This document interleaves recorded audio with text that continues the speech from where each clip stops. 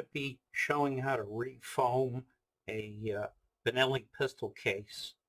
These cases are made by Negrini in Italy, who also makes the vast majority of the pistol cases that are used by the high-end target shooting community. So the first thing is, when do you know that you need to refoam a case? And the symptoms are usually pretty obvious. One is that if you push on the foam, it just crushes and it doesn't spring back. Another symptom is it'll start to crumble and you'll find crumbs of foam sort of rattling around in the case and sticking to the pistol. So the first step is to peel the foam up. This is best done over a trash can, and I'll just show a little bit of what's going on. It's kind of crunchy as it peels up, and what you'll find is that underneath there are ribbons of an adhesive material that's holding the foam into the case. So step one is to get rid of all the old foam, and then we'll talk about taking care of the adhesive. So this is what the case looks like after you've got the bulk of the old foam removed. The adhesive is put down in a zigzag pattern, apparently by hand. Every case is kind of random. And when you pry out the foam, you can sort of brush the loose bits off, and it's a good idea to just sort of vacuum things or blow it out with compressed air to get rid of the resulting dust. Now the next step is to actually remove the adhesive, and there's a trick to it. I'll start in this corner down here and sort of zoom in on that.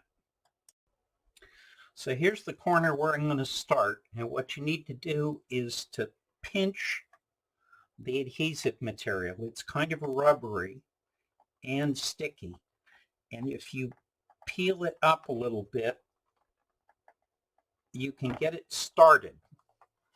And you'll see here I've got a little sort of rubbery tail that I've managed to hang on to, and it's beginning to pull up from the plastic. What you want to do is pinch it. You can't pull the rubber too far, the adhesive too far, or it'll snap.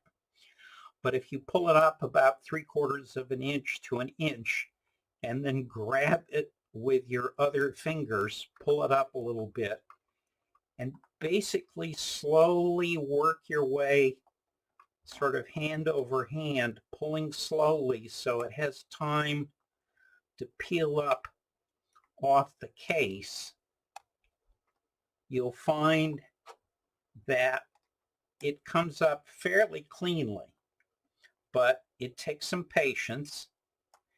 And as you go, you'll sort of end up with a growing ball of black sticky adhesive that you accumulate as you go along. And just keep going slowly, hand over fist or finger over finger. And you can see that I've managed to clear out pretty much all of the adhesive in this area here. And I pulled a little too far and it snapped. You'll end up with sort of a sticky ball. Fortunately, it doesn't want to stick to your fingers too badly, and you can just pitch that. Pinch a starting section again, sort of pry it up, and then lift a little bit, pinch it, keep pinching it, and just keep working your way along.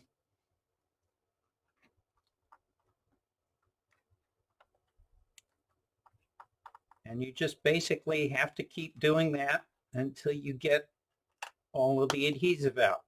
And I'll work on that and be back in a bit. So this is what the bottom of the case looks like after I've gotten all the adhesive out.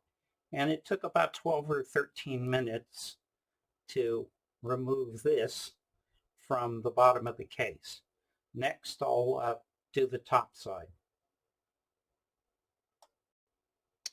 After another 12 minutes of carefully prying and pulling, there's the adhesive, and you can see that the lid of the case is nice and clean. There's a little bit of mark from the adhesive, but there's basically nothing to prevent the new foam from sitting flat inside the case.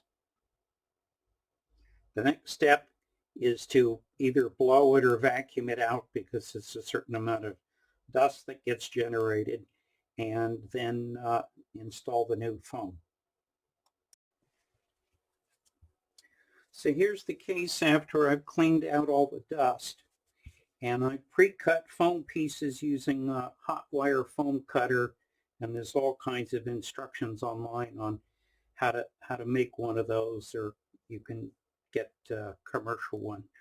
But I cut the foam slightly oversized so that it'll stay put without the adhesive, and that also gives you the option of storing documents, notes, or small tools underneath the foam where you can get at them pretty easily. And total time for removing the adhesive was just under about 25 minutes, and the case is all set now.